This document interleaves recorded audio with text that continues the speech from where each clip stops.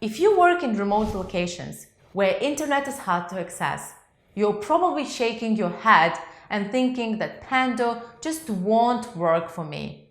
Don't worry. I know, I've been there. KoBo Collect. Fun name, right? It's free, which is almost always a great thing for your program. The KoBo app, available on Android phones, is already being used by thousands of organizations around the world, including AKF in Kenya. Wait a minute, that sounds great, but how does this app solve my internet problem? Well, KoBo allows you to collect data offline, and once your phone reconnects to Wi-Fi, it automatically sends the data. Sounds simple, so what are the steps in the KoBo process? First, convene a small group of active system actors to develop a comprehensive list of the most important system actors. Then, create and test your relationship survey on the app. Next, identify and train survey administrators to conduct in-person surveys with actors. And then send administrators out to conduct the survey. Let's go over each step in depth. First, bring together a small group of people who are knowledgeable about the system. Remember to engage diverse stakeholders. Once you've got a group of participants in the same room, what do you do next? Well, ask them to identify the important actors in the system.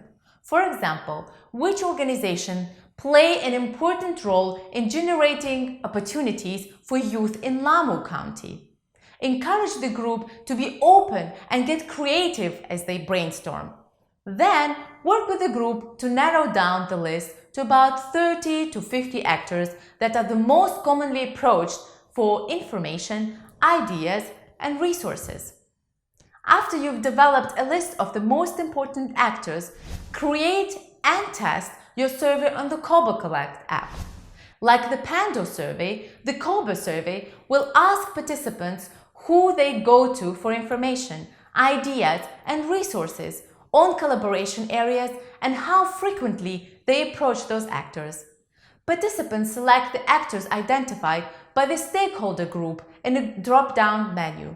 In other words, KoBo doesn't use the snowball effect. Its survey participants identify an organization that was not included in the original list. It can be manually added into the KoBo, but it will not automatically appear in the drop-down menu for other survey takers.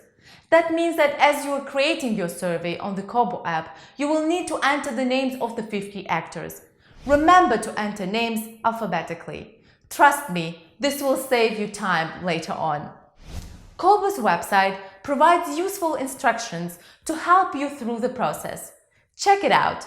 Once you've created your KoBo survey, don't forget to work with colleagues to test the survey. It's important to make sure that the test data is effectively saved when the phone is offline and uploaded when the phone accesses internet. What do you do now that you've created and tested your KoBo survey? Well, now you're ready to identify and train administrators to conduct in-person surveys with system actors. Conduct a 3 to 4 hour training for your administrators. The training should familiarize them with the purpose of these survey processes, the KoBo app, the survey, and the interview protocol. For example, survey administrators should be able to describe how data will be used, secured, and shared.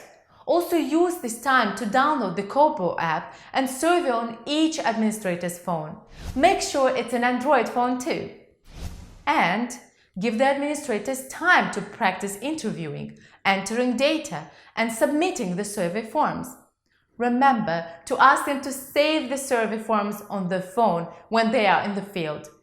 Count how many surveys they've completed and at the end of the day, and to submit those surveys once you have access to Wi-Fi.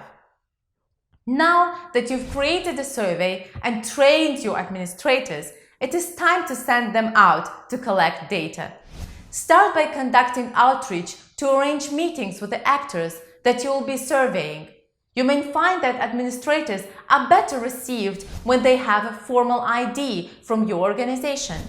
Also, determine which actors each administrator will visit and arrange transportation. Before sending them out, provide them with contact information for a person they can call in case they need help. In other words, get all your logistics figured out. Finally, at the end of each data collection day, check in with each administrator to verify how many surveys they submitted and confirm all were received. Once you've verified that all were received, you're ready to integrate the data with the Pando platform and map your systems. It sounds like a lot of work, and I won't lie, it is. But each step is pretty simple, and if you follow the steps, you will get it down in no time.